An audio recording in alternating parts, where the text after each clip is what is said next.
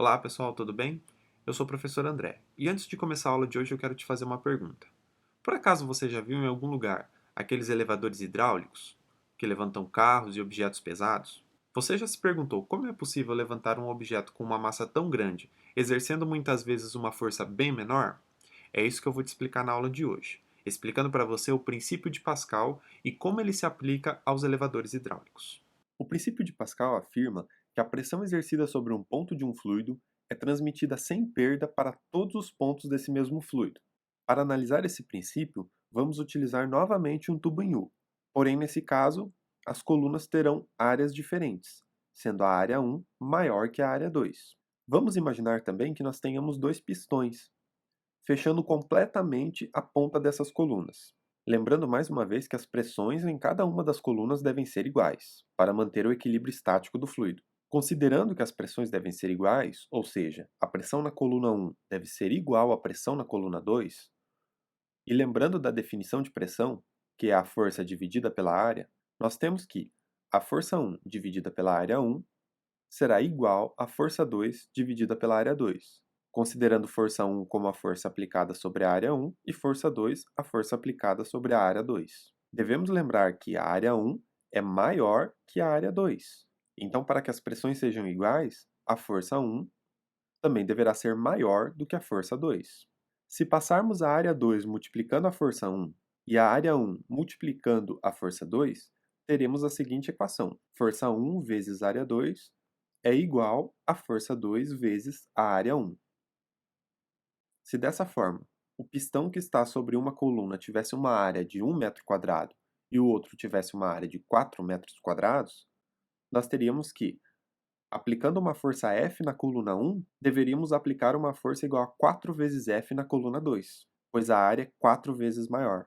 Se a força aplicada na coluna 1 fosse de 15 newtons, a força aplicada na coluna 2 deveria ser de 60 newtons. Somente assim, o equilíbrio do fluido seria mantido, e não teríamos um escoamento de uma coluna para outra. Uma aplicação muito importante desse princípio é o elevador hidráulico. Perceba o desenho.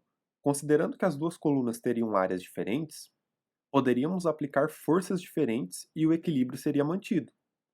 Como, por exemplo, nós poderíamos colocar um carro numa das extremidades e um caminhão de bombeiro na outra. Vamos supor que a área da coluna menor seja de 0,1 metros quadrados, enquanto que a área da coluna maior seja de 1 metro quadrado. Nesse caso, nós poderíamos pôr um carro de 900 kg sobre a coluna menor e um caminhão com 9.000 kg sobre a coluna maior. Veja que a área maior é 10 vezes a área menor, assim como a massa do objeto maior, que é o caminhão, é 10 vezes a massa do carro. Só um detalhe, aqui nós falamos em massa, mas para fazermos a conta devemos usar o peso dos objetos, que é a massa vezes a aceleração da gravidade. Vamos analisar uma situação. Imagine que a área menor seja de 0,2 metros quadrados em um elevador hidráulico, e a área maior de 1,2 metros quadrados. Se colocarmos um caminhão de 6.000 kg e um peso de aproximadamente 60.000 newtons, qual deverá ser a força aplicada no pistão menor para que se mantenha o equilíbrio?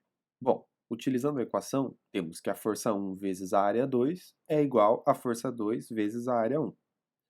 Substituindo os valores, nós temos 60.000 newtons, que é o peso do caminhão de bombeiro, vezes a área 2, que é a área do pistão menor, 0,2 metros quadrados. Isso é igual à força 2, que é a incógnita do problema, o que queremos descobrir, vezes a área 1, que é 1,2 metros quadrados. Passando 1,2 dividindo e isolando a força 2, nós temos 60.000 vezes 0,2 dividido por 1,2. Perceba que 0,2 dividido por 1,2 pode ser interpretado como 2 dividido por 12. Você pode fazer o contrário, 12 dividido por 2, e colocar um 6 no lugar do 1,2. Se você não conseguir pensar assim, faça a conta. Sendo assim, temos que a força 2 é igual a 60.000 newtons dividido por 6. Então, a força 2 é igual a 10.000 newtons. Dessa maneira, nós deveríamos aplicar uma força de 10.000 newtons no pistão menor para manter o equilíbrio e segurar o caminhão no pistão maior. Para conferir se nossos cálculos estão realmente corretos, devemos calcular a pressão em cada um dos pistões. Primeiro, vamos calcular a pressão exercida pelo caminhão de bombeiro. Temos que a pressão 1 é igual a 60.000 newtons, que é o peso do caminhão, dividido pela área na qual ele está sendo aplicado, 1,2 metros quadrados, que é a área do pistão maior. Isso resulta em 50.000 pascal. Agora vamos calcular a pressão 2, que é a pressão exercida pela força que calculamos. A pressão 2 é igual a 10.000 newtons dividido pela área na qual está sendo aplicada, 0,2 metros quadrados.